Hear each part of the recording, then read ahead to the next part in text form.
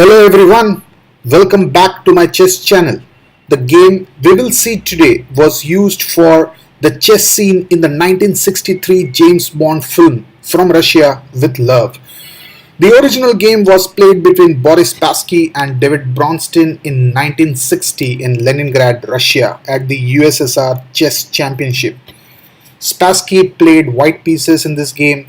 Some dub this game as one of the 10 greatest games of all time. Let's see the game. The game began with e4, e5, f4. It was quite brave of Spassky to choose King's Gambit against Bronstein, who was supposed to be one of the top specialists of King's Gambit. Bronstein accepts the gambit and plays e into f4. Knight goes to f3. Bronstein chooses to avoid the classical King's Gambit lines and plays d5. This is a very energetic move and was pioneered by Mikhail Botvinnik. Black returns a pawn in order to challenge the white's dominance in the center and also be able to develop as quickly as possible. He also maintains the f4 pawn, which serves as a major impediment to white's attacking schemes on the king's side.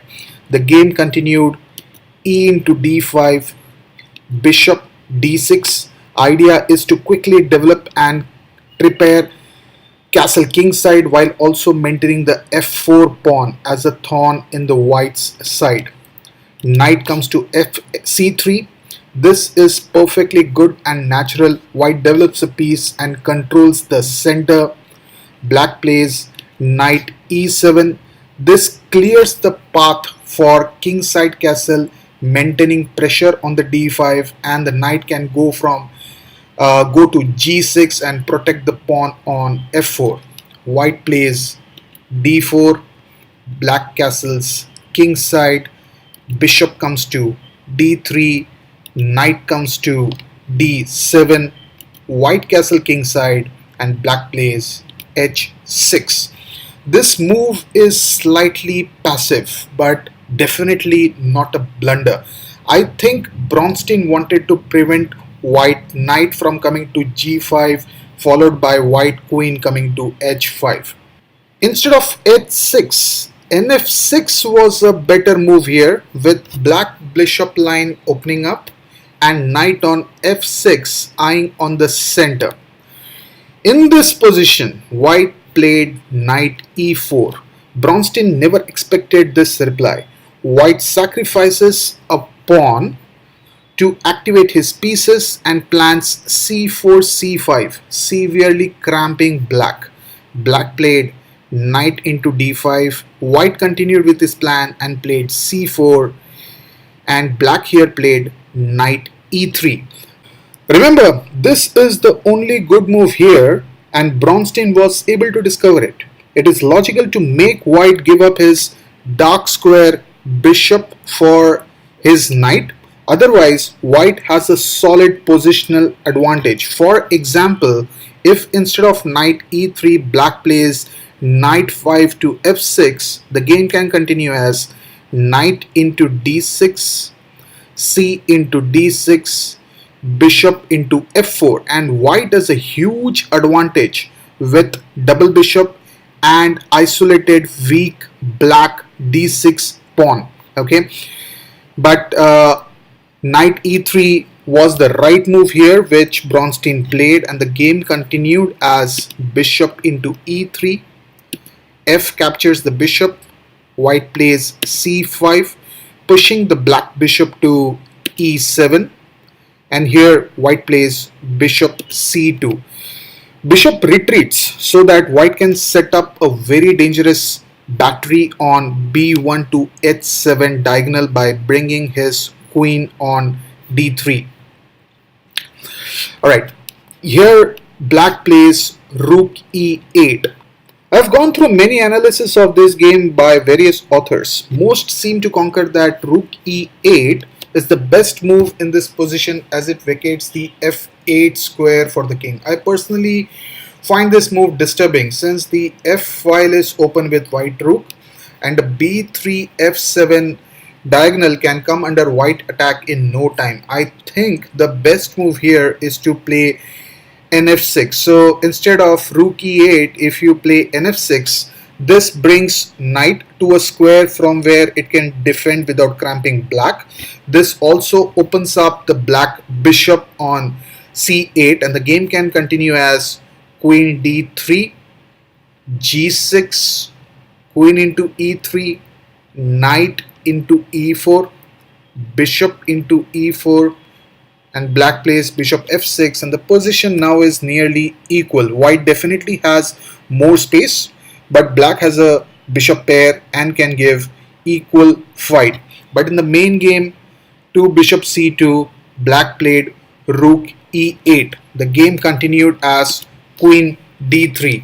The hammer is now ready to strike, slicing c2 h7 diagonal. Black plays e2. Black wishes to distract white from this attack. Indeed, this pawn is not recoverable, so it would seem very logical to sacrifice it for a tempo. Let's take a pause at this moment and analyze the position. Both white and black have played logically till now with no obvious errors. White has more space, but black's position is okay. What makes a chess player a magician is that he creates confusion by introducing complication in a perfectly normal game. Such confusion might end up in a solid player coming up with relatively weak answer, leading to loss. Spassky's next move is both memorable and spectacular. This move is what makes this game so famous. Can you find this move? Take 10 seconds. Ready? The move is knight d6. This move, threatening queen h7 and checkmate, has been criticized on the grounds that rook f2 would have given white a fine game, whereas the text with correct play leads to an unclear position. But chess is not just a game of calculation, it is also an art. With this move, black begins to swim in complications he would never have to worry after the move like rook f2. In this position, black played knight f8. This move is too passive and perhaps the first really inaccurate move in this very grand game. Before this move, the position was actually equal. Black could have simply captured the rook at f1 or the knight at d6. Both the variations are highly complicated, but if played accurately leads to equal games.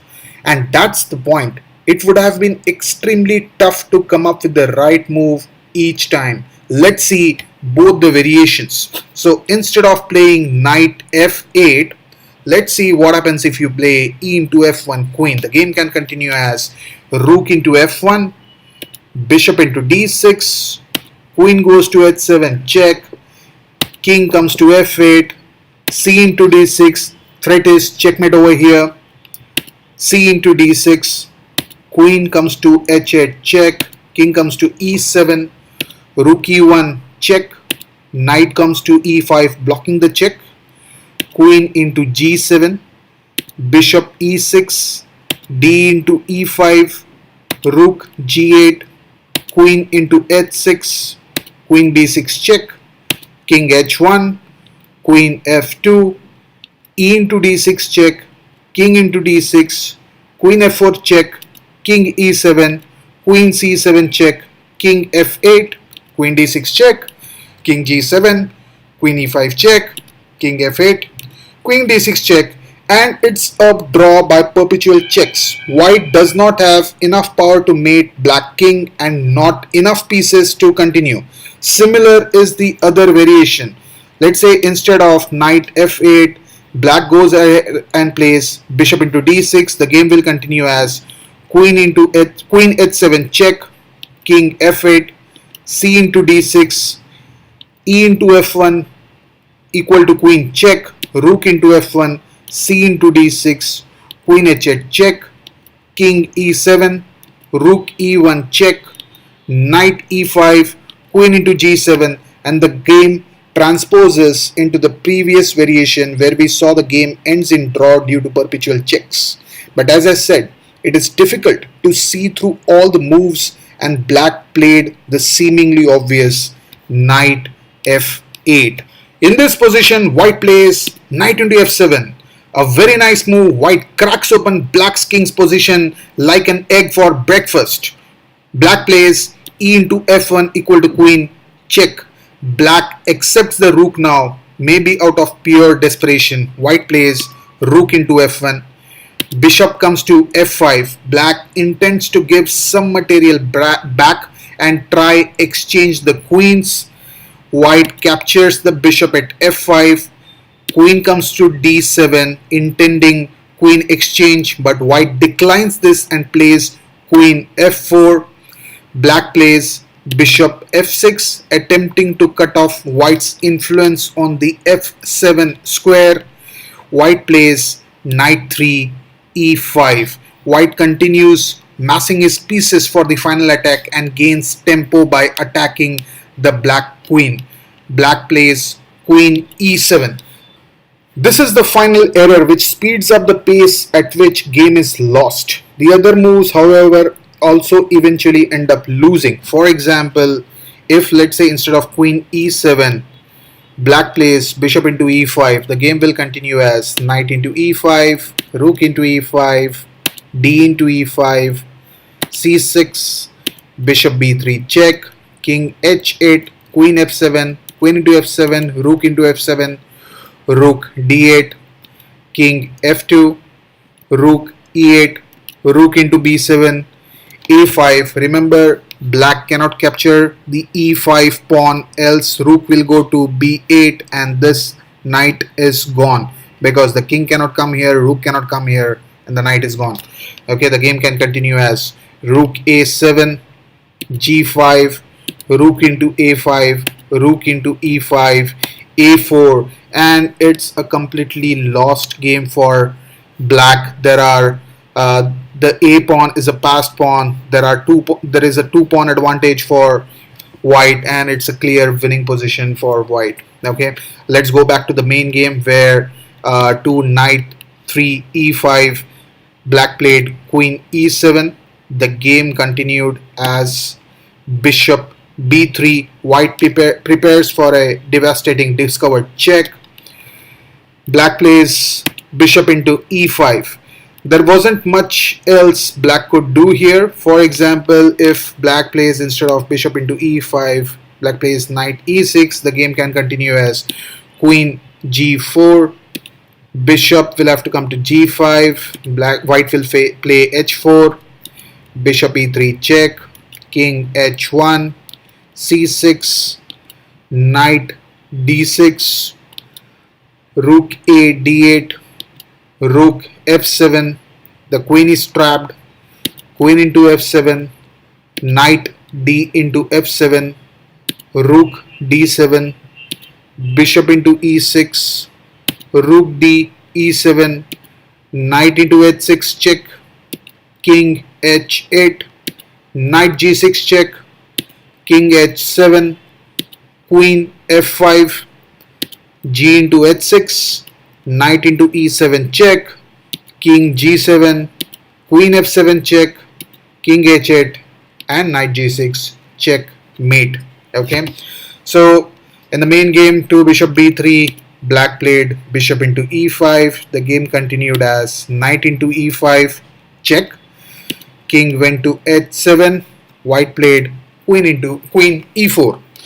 This is where black resigned. There is a checkmate which is imminent here, and it just can't be avoided. For example, if you play king h8, the game will continue as rook into f8 check, queen into f8, knight g6 check, king h7, knight into f8 check, king h8, queen h7 checkmate. Or for example, instead of all these, if black plays g6, the game will continue as rook into f8, queen g7, rook f7, queen into f7, bishop into f7, rook g8, knight into g6, rook g7, knight e7 check, king h8, queen e6, king h7, knight f5, rook into g2 check, king into g2, rook g8 check, bishop into g8 check, king h8, queen into h6 check, king into g8, queen g7 checkmate. This game illustrates an important aspect of chess, that chess is an art with some calculations to understand the logic behind this art. Anyways, I hope you enjoyed this brilliant game. Thanks for watching this video. Please subscribe to my channel to support these videos. Signing off for today. Thank you.